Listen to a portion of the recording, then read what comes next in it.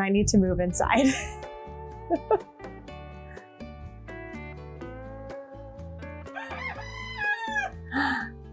I don't know if you can hear the rooster.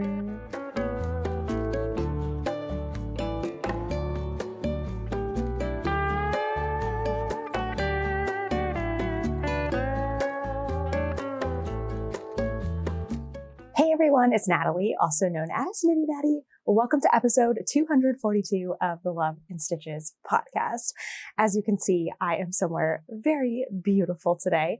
We are in Maui in Hana, Hawaii, and it is stunning outside. I'm trying not to be too loud because I know we have some people around us, so hopefully you can still hear me okay. It is raining off and on and getting windy and everything, but all in all, it's really, really nice to be outside right now. We have spent the last 5 days in Hawaii. We started out the week in Alaska, flew here, and I'll share a little bit more about that later on. But it's been really wonderful to just get to explore this whole state. It's been incredible.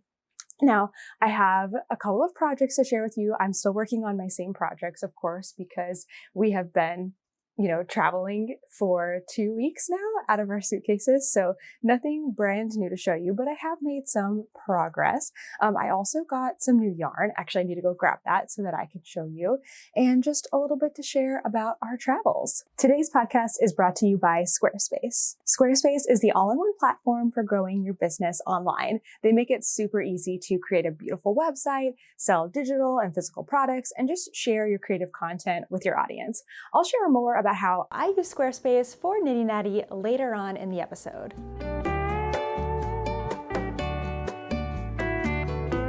The main thing I have been working on this week is my color tip tee. Man, the lighting here is so nice. This morning it's just a little bit overcast and cloudy. Okay, so I have been making the color tip tee, excuse me, still a little early in the morning, by Emily Curtis, and I finished the sleeves this week. I've also tried this on. I don't have any pictures because I tried it on an airplane as I was making the first sleeve, but it's all going well. It's fitting nicely. It's looking good. So I did both sleeves this week. I just finished the second one last night. I did the first one on the long plane ride here to Hawaii, and the second one, I don't know which one's the first and which one's the second, but the second one I just finished last night. It's been fun working on the sleeves. As you can see, I'm not done with the body yet, but I like to kind of, change things up and keep things interesting, because my only other project I'm working on right now is a hat, and it's just stockinette in the round. And that's what the body of this is. So, I guess I didn't really think about that, of having something that was a little bit more interesting and changing things up. I mean, it is nice to have easy projects to work on, don't get me wrong, but sometimes I want something a little more stimulating. So getting to work on different parts of the sweater while, throughout has been really, really good. So now the whole top is completely done, and it looks like just a finished sweater is coming off the needles, which I really enjoy. So the yarn that I've been using is awesome. It is from Farmer's Daughter Fibers. It's called Sukapi, and I've got the brown incorporated now on the edges of the sleeves. I'm also going to use this for the bottom hem. And then the one other color that I'll be adding in is this really nice bright pink. It's called Big Sky Sunset, I think.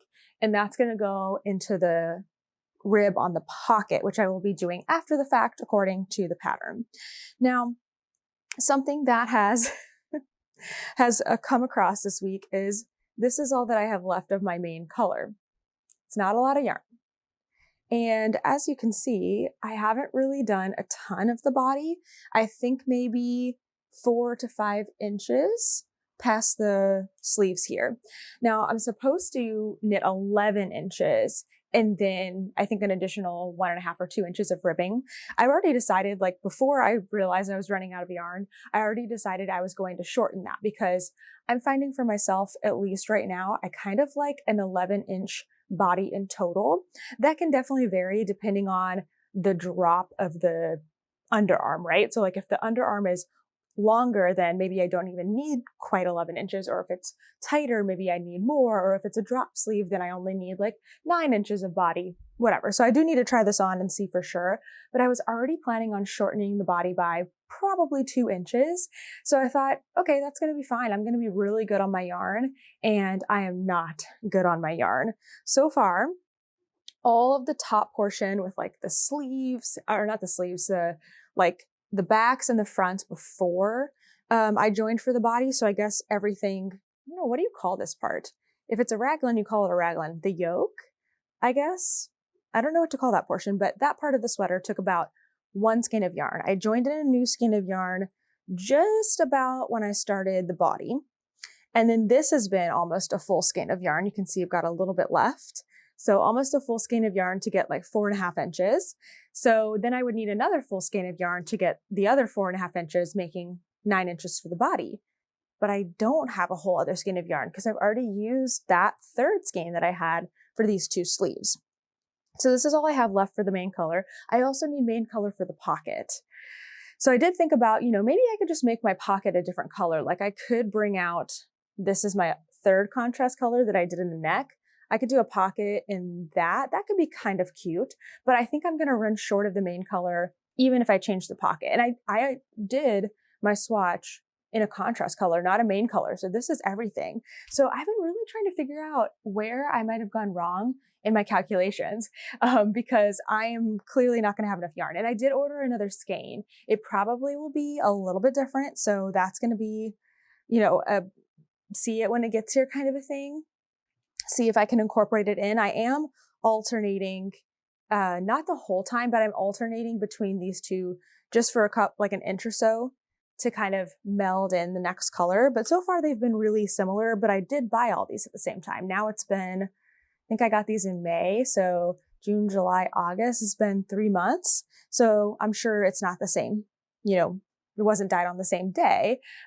So that'll be interesting to see, but I was able to get more of the yarn. So I'm like, okay, where did I go wrong? So I went back into the pattern and I checked, okay, was I looking at the yardage for the correct size? And I was. And then I thought, oh, maybe I was looking in meters instead of yards and calculated that way. Checked that. Wasn't that. What else was I thinking? I made sure to write myself some notes. I'm like, oh, maybe my gauge was really off. And my gauge is slightly smaller. My row gauge is slightly smaller by about 2 or 3 rows for every 4 inches. But that doesn't seem to be enough to be this short on yarn. Like I'm probably going to use a good bit of that 4th extra skein. So I don't really know where things went wrong here. I'm not really sure, but I wanted to share that just in case you're making this pattern too, and maybe get a little extra yarn. Honestly, I should have known better because I do try to get extra yarn whenever I can, or at least an extra skein. That way I have plenty of yarn to play with if I want to swatch, like make a big swatch out of my main color and not have to use that. Or if I want to add length, because a lot of times I'm adding length to sweaters in the arms and the body, and just to have a little wiggle room. But this is the first time in a while that I've been this short with the pattern. So hopefully it all works out when I get that next skein. The sad part is I won't be able to work on it for much longer here in Hawaii. We don't go back for another week. So I am going to get to a stopping point on this.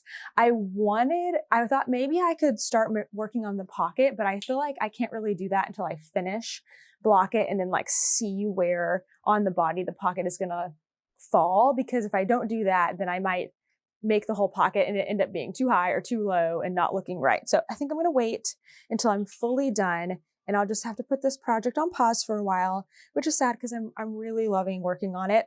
Now that I'm just in the plain stockinette phase, I think it's going to go really, really fast. So I will get it down to, let's see, this bigger ball of yarn. I'm going to leave some left so that I can alternate it with that new skein that I'm going to get in. And then we'll just have to see where we're at. I don't think I have many other options because I have plenty of like contrast color yarn. I don't want to bring in the contrast color early because I think that's going to look disproportionate. So it'll be a little bit of a waiting game. I won't get to quite get it finished exactly when I wanted to, but that's okay. And I'm sharing so you can learn from my mistake and get yourself some extra yarn.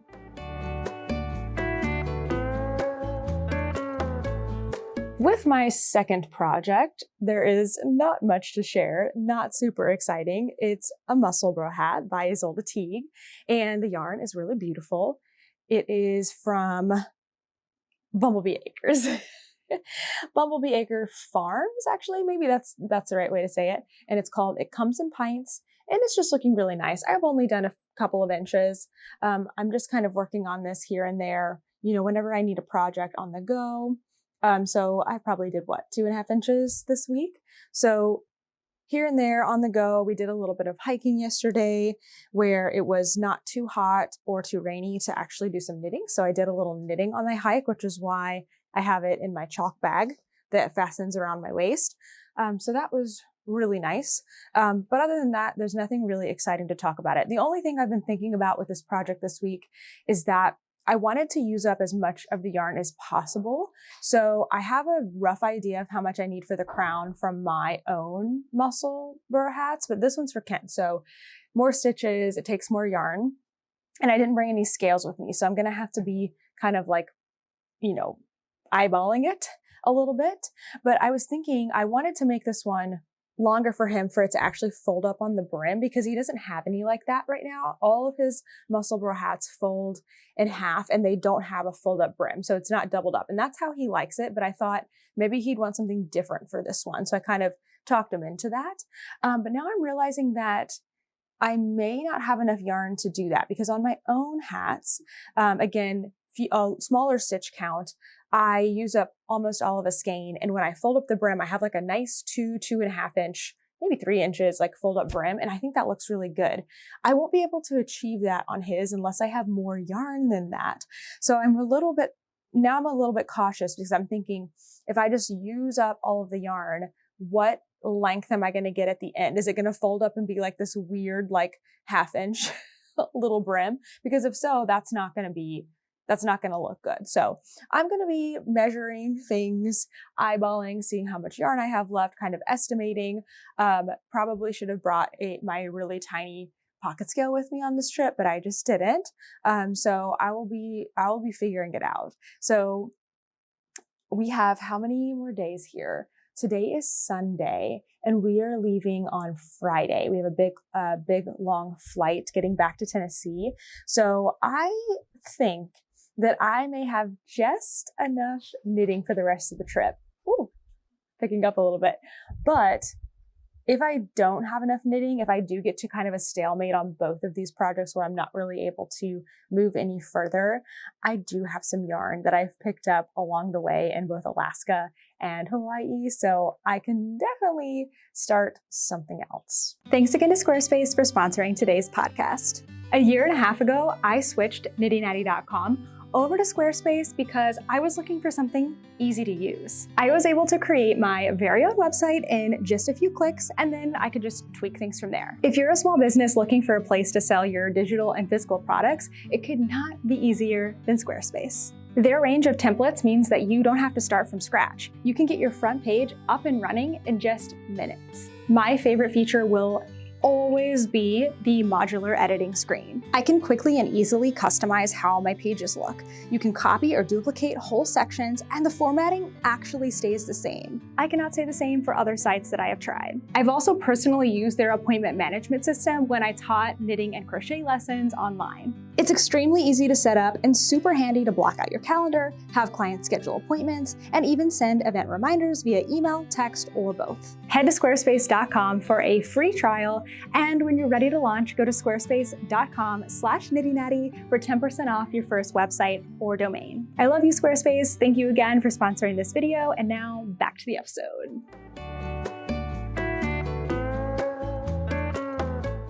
The wind and the rain are picking up a little bit. It kind of stopped and then it'll like blow. So if you just all of a sudden we're inside, that's what's happening. There's also a rooster crowing or some kind of animal like that, and it is so delightful. I love that. Okay, this week has been incredible. I mean, we are just on one of the most amazing parts of our journey right now, traveling through all 50 states, and I feel really grateful that we've gotten to go to both Alaska and Hawaii. And yeah, it's been amazing. Honestly, 5-6 years ago, I probably would have said that I would never make it to either one of these states, or that it would just be like total dream bucket list kind of things.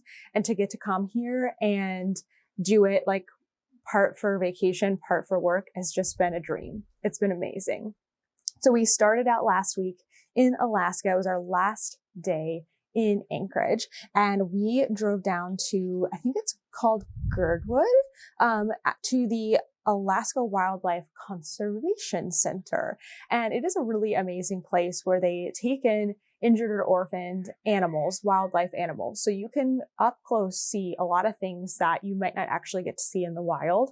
So we saw muskox, a black bear, a grizzly bear, wolves.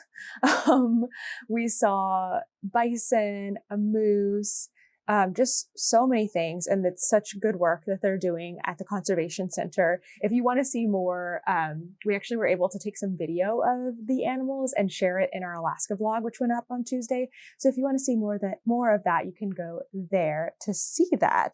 So then Monday turned into a travel day. We needed to return our rental car in Anchorage about like 11:30 noon. But our flight to Hawaii wasn't until 6. And so we ended up working, just finding a table with some plugs and spending about, 5-6 hours in the airport getting some work done, which was great. A nice, quiet, great space to do that. Maybe not quiet, but a nice, comfortable space to do that in the airport, which was really, really nice. And a couple of fun things happened at the airport. One, I ran into another knitter, and not just another knitter, but somebody who watches the channel, when we were in the security line. So I got to meet Tabor, who lives in Alaska. And she said that she didn't get to go to the yarn store when I was doing a meet and greet in Anchorage. And so it was actually really cool that we got to run into each other there, and we chatted for a few minutes and everything. And that was really lovely. And then the other thing that it was just an observation that I made at the Alaska airport, the Anchorage airport so we were there for like a while, right? We were there for hours just sitting and working. There must have been at least 5 instances of people in the airport running into each other, knowing each other. So I'm guessing they must, live in Alaska, and they're running into each other and giving each other hugs. Hey man, how are you? So good to see you. I mean, that happened over the course of those hours at least 5 times. And I haven't really spent a lot of time in airports, so maybe this is just something that happens in every city, but I feel like there's just something about Alaska and the people in Alaska that they just are so kind and so community oriented. Anyway, it was very, very cool, and I loved getting to see that. Okay, we spent Tuesday and Wednesday in Honolulu on Oahu. That's where we flew into, and Honolulu is really cool. It's like a big city, lots of big buildings, big malls, restaurants, hotels, all kinds of things. It was absolutely stunning. We were in the Waikiki Beach area, and it was stunning. It was absolutely lovely. We basically ate our way through as much as we could. There is so much good food there. And so that's what we did for 2 days, is just eat and walk along the beach. And basically that's it. It was wonderful. We also got to meet up with some knitting friends. So one of my Love and Stitches members, Nicole, who we had just seen in Seattle, just happened to be on vacation in Honolulu at the same time.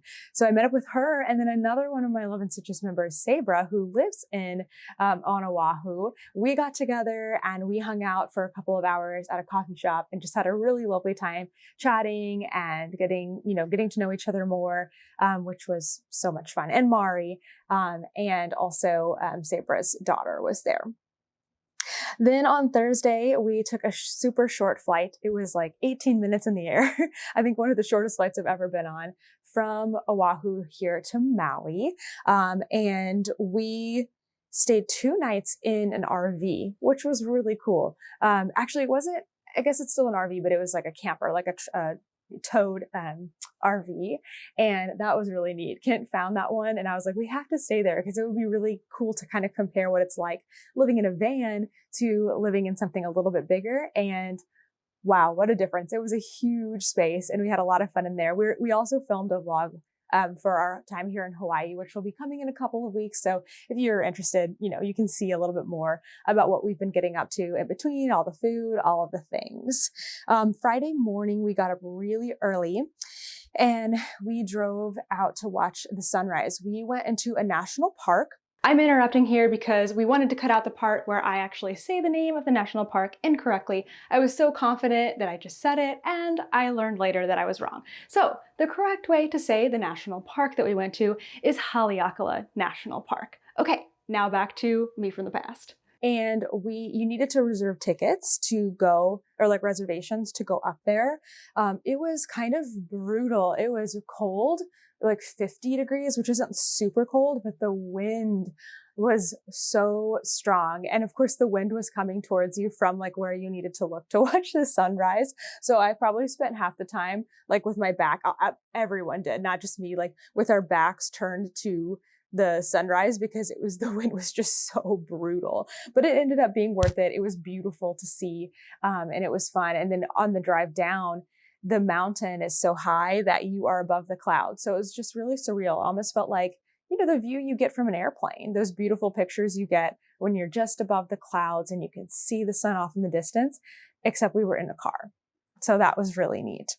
Then on Friday as well, we went to Maui Alpaca, which is going to be our store tour for Hawaii. So to my knowledge, there's not any yarn stores in Hawaii. There used to be some, but they're no longer. And so somebody tipped us off to this alpaca farm and I reached out to them, a few weeks ago and asked if we could come and do a tour. And they said yes. So we got to tour the alpaca farm. We got to meet the alpacas. Padma took us through meeting all the alpacas, and then we met the Angora rabbits, and then they take the alpaca, is it fur? I don't know if you call it fur, but they make yarn from both the Angoras and the alpacas, and they showed us like a demonstration of hand processing the fibers, spinning them. A lot of the items that they sell there are hand spun and hand knit by the owner, Janet. So that's really cool. But it was really neat and fascinating. And again, more will be coming very soon. This is just a little bit of a sneak peek.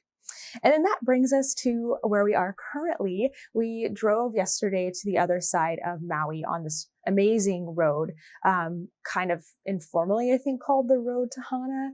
And so we're now in Hana, Maui, and it's beautiful here. There's a lot of really cool places to stop, like roadside stands and things. We got some banana bread yesterday and it's really good. That's what I ate for breakfast this morning. But we made it to the other side of Haleakala National Park and we did some hiking, and we did like a maybe 2.5 miles, I think, in the park. We got to see several waterfalls. The waterfalls here are amazing. Like, we've seen some pretty cool waterfalls. We've been to, what is it? Oh gosh, I'm going to forget all the names. In Yosemite, there's like a really tall waterfall. Very amazing, very cool. Seen lots of mountain or like colder weather waterfalls, but tropical waterfalls with all the green around them. Like, it is next level. It is beautiful. So we've seen some really beautiful scenery here in Hana, and it's been amazing. So a little bit of hiking yesterday, which felt good to get out and do something, because aside from eating, if we're not eating, we're probably sitting and doing computer work. So it's kind of been a pretty sedentary trip so far. So getting out to do some hiking was really, really nice. So today we're going to be heading back to the side of Maui where we flew in and spending, I think, one more night. We're not going to do anything too interesting. Do some laundry, do some more work, maybe get some food. There's a great grocery store in Hawaii called Foodland, and just wait until you see it in the vlog. Like, the prepared food that they have, I wish we had something like that wherever we end up settling. It is so amazing. So been a wonderful time. And again, we have an Alaska vlog that's already out. We have a Hawaii vlog that will be coming out in a couple of weeks if you want to see if any of this interests you and you want to see more of it. I totally forgot to show you my yarn that I got because I brought it over here just to show you. So At Maui Alpaca, as I was saying, they process their yarn. Some of it is hand processed, but some of it they do send off to a mill. And so this was some of the yarn that they sweetly gifted me. And this yarn is 80% alpaca, 20% merino, and it is from Lola. And I actually got to meet Lola. So this is all a natural, like the natural color. It is not dyed, and it is super beautiful and super soft. So if I run out of projects, I now have something else that I can work with.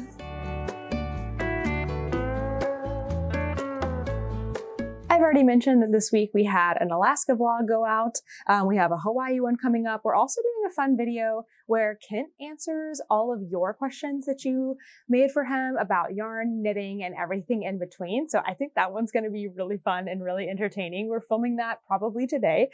So it hasn't been filmed yet, but I can just anticipate that it's going to be kind of silly. Kent is pretty great with a lot of the yarn knowledge, but he doesn't know everything. So it'll be kind of fun to challenge him and mess with him a little bit. We also had a yarn store tour come out with Nome.